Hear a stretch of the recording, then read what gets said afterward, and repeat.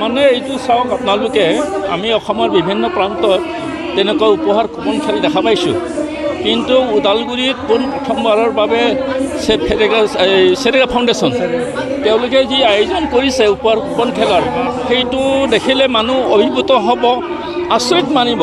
মানে তেওঁলোকে এনেকুৱা আয়োজন কৰিছে, তো এই বস্তুটো দেখি ৰাইজে আপ্লুত হ'ব আৰু যথেষ্ট টিকট ক্ৰয় কৰিব।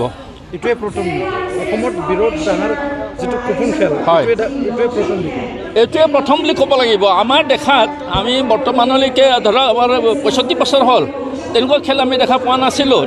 দেখিছিলোঁ হাউলি ইফালে বৰপেটা, নলবাৰী ইপিনে দাৰকুছিত দেখিছিলোঁ, হেৰিত দেখিছিলোঁ এই দুধনৈ, কিন্তু ওদালগুৰিত যিটো আয়োজন কৰিছে এইটোৱে সৰ্বপ্ৰথম, এইটো মানিব লাগিব। ৰাইজক কি জনাব? ৰাইজক কি জনাম মানে চাওক, তেওঁলোকে ইমান কষ্টেৰে নেৰা নেপেৰা ইমান কষ্ট ত্যাগ কৰি তেওঁলোকে যিটো অনুষ্ঠান গঢ়িছে, সেই অনুষ্ঠানখন চম্ভালি লৈ যাব লাগে। আৰু তেওঁলোকে বিভিন্ন আঁচনি ইতিমধ্যে সম্প্ৰসাৰণ ঘটিছে।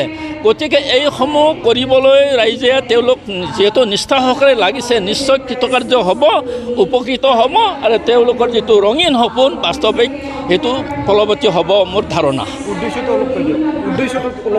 উদ্দেশ্যটো তেওঁলোকৰ এনেকুৱা, চাওক যে চেৰেগা ফাউণ্ডেশ্যনে তেওঁলোকে বৰ্তমান ৰৌতা চাৰিআলিত তেওঁলোকে ডিগ্ৰী লেভেললৈকে স্নাতক পৰ্যায়লৈকে প্ৰথম শ্ৰেণীৰ পৰা আপ টু ডিগ্ৰী পৰ্যায়লৈকে তেওঁলোকে শ্ৰেণী খুলিছে, ক্লাছ কৰিছে, সুকলমে চলিও আছে। আৰু তাৰ মাজতো কি কৰিছে, যিসকল BPL কাৰ্ডৰ অধীনৰ মানে দুখীয়া পৰিয়াল, BPL কাৰ্ডৰ অধীনৰ যিসকল তেওঁলোকৰ ল'ৰা ছোৱালীক ছাত্ৰ ছাত্ৰীক তেওঁলোকে কি কৰিছে, বিনামূলীয়া পাঠদান কৰি আছে। আৰু যিসকল একান্ত দুখীয়া, যাৰ একো নাই সা সম্পত্তি, তেওঁলোকৰ ল'ৰা ছোৱালী ছাত্ৰ ছাত্ৰীকো তেওঁলোকে বিনামূলীয়াকৈ পাঠদান কৰি আছে। আৰু তেখেতসকলে আজি ঘোষণা কৰিছে কি এইটো লটাৰীৰ যিমানখিনি পইচা তাৰ আধা অংশই ডনেট কৰিম বুলি। হয়, এম্বুলেন্সৰ কথা কৈছে। আচ্ছা, তেওঁলোকৰ আৰু কিছুমান হেৰি আছে আঁচনিটো এনেকুৱা হ'ল, যিহেতু তেওঁলোকে যদি সফলতা লাভ কৰে তেন্তে চাওক আপোনালোকে, চৰকাৰে যদিও চৰকাৰৰ আছে এম্বুলেন্স, কিন্তু যথোপযুক্ত নহয়। যেতিয়া মানুহক লাগে ৰোগীয়া মানুহ কঢ়িয়াবলৈ নাপায়, কিন্তু তেওঁলোকে এই মানে হেৰিটো দৃষ্টি দি পেলাই তেওঁলোকে এখন এম্বুলেন্স ক্ৰয় কৰিব আৰু ৰাইজৰ দুখীয়া মানুহক তেওঁলোকে অনা নিয়া ৰোগীয়া আনিবলৈ তেনেকৈ সুবিধাও দিব।